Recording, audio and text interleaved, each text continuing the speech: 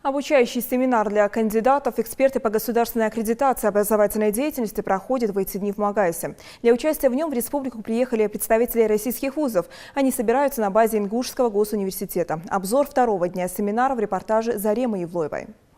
Если в первый день семинара участников было 60, то сегодня их количество увеличилось в разы. В Ингушетию слетелись более 220 человек. Это представители 157 крупнейших образовательных организаций страны, в числе которых как государственные, так и некоммерческие вузы. Сегодня работа семинара разделена на несколько секций по направлениям. В читальном зале библиотеки директор Росакредагентства Лямка Измайлова рассказала о целях и задачах слета. 10 семинаров, которые будут проводиться для экспертов. Часть семинаров уже проведена, и часть семинаров нам еще предстоит провести. Мы сейчас как раз находимся в середине пути.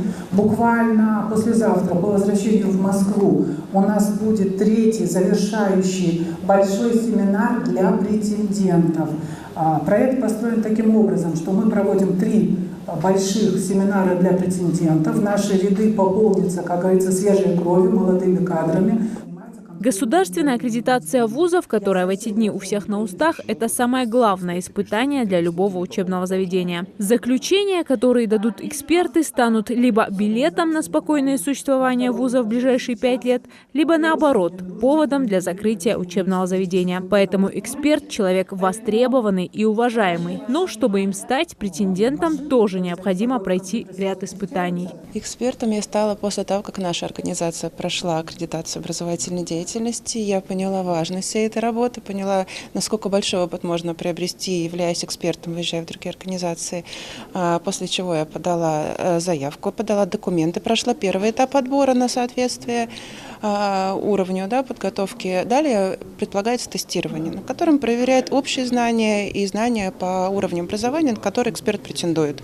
К числу действующих экспертов в этом году присоединился и преподаватель Российского госуниверситета имени Губкина Александр Белоусов. На его счету уже 6 аккредитаций. Самые частые ошибки, совершаемые руководством вузов, это неумение вести необходимую документацию и недостаток кадров, отмечает эксперт. Для определения качества мы проводим анкетирование как преподавателей, так и студентов, обучающихся, если они в это время не на каникулах или не на производственной практике вне вуза.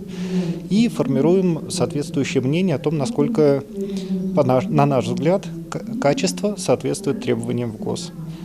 После этого мы формируем отчет об аккредитационной экспертизе. Семинар рассчитан на 3 дня. За это время участники должны учесть все тонкости и новшества своей деятельности, после чего пройдет итоговый слет экспертов в Москве, который соберет более 700 участников. Там же будут выбраны руководители экспертных групп. По завершении образовательной программы комиссии разъедутся по стране проверять на соответствие очередные вузы. Ингушский государственный университет к подобной проверке готовится весь текущий год.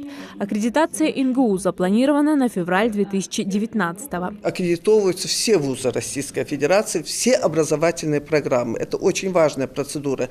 Если только образовательная программа не прошла аккредитацию, то это обеспечивать образовательный процесс данная программа не имеет права никакого. Абсолютно. И вуз выдавать документы об образовании тоже не имеют права, если вуз не прошел аккредитацию. К слову, в рамках аккредитации проверяет комиссия все: библиотечный фонд, наличие соответствующей инфраструктуры, ведение всей документации, успехи в научной работе, кадровый потенциал университета и знания студентов. Преподаватели Ингушского госуниверситета к предстоящим проверкам отнеслись со всей серьезностью и уверены, что аккредитация для них пройдет без нареканий. Зарема Евлоева, Рахман Цуров, Новости 24.